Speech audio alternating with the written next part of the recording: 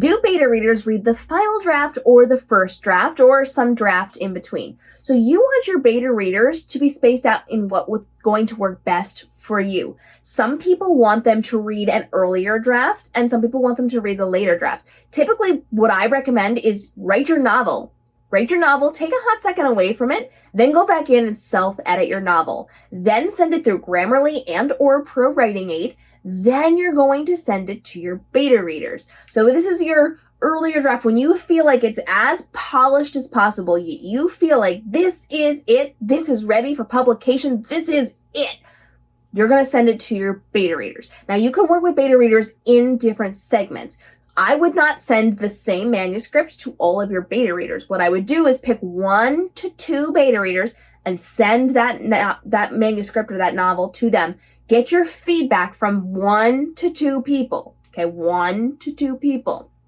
You're looking for valuable criticism and feedback.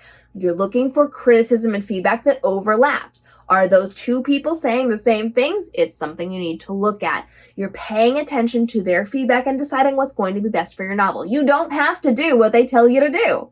You make the choices for your novel. So you have 1 to 2 sets of eyes looking over that manuscript. Now, this is going to have a little caveat of if you have a critique partner, you're working with a critique partner first, then sending to beta readers later on. Okay? So if you're working with a critique partner, cool. Send it to them first, deal with it, make it as best as you possibly can, then do it with the beta readers.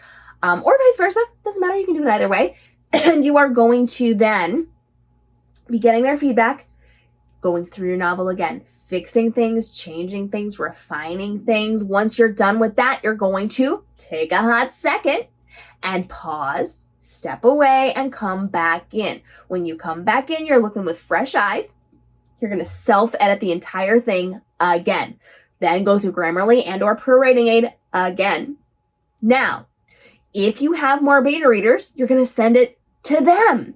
Number 3, number 4, I wouldn't go more than 4 beta readers, okay? So you can send it to number 3, you can send it to number 4. You can even do it, send it to 3, wait for them to feedback, fix things, refine things, then send it to 4, or you can send it to 3 and 4 at the same time. But the whole entire goal of this is to polish and refine your manuscript. So you want to get it to the point where you feel it is ready for publication. It's not, but you're doing the best that you can. This is the best you can make it before bringing other entities into this, okay? So at that point, 1 to 2 people beta reading for you, giving you feedback, going through it and fixing it. Then you're sending it to your second batch. If you have a second batch, you don't necessarily have to have a second batch. Okay? But if you do, you're sending it to the second batch, going through it again, and getting it as ready as humanly possible. The best you can do. This is the one that's going to publication in your mind. Then you're working with a professional editor. And that can be in the context of I'm going indie and I'm hiring a professional editor. This is the final go through on this one. Or it can be I am going traditional and I am going to start selling my novel to an agent to then get me into a publishing house to then work with a professional editor.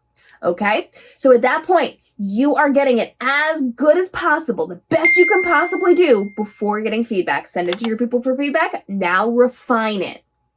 Then send it to more people for feedback if that's an option to you, or if it's an option you want to take, refine it yourself, and then it goes to your professional editor in your indie context or your traditional context, depending on which route you choose to take.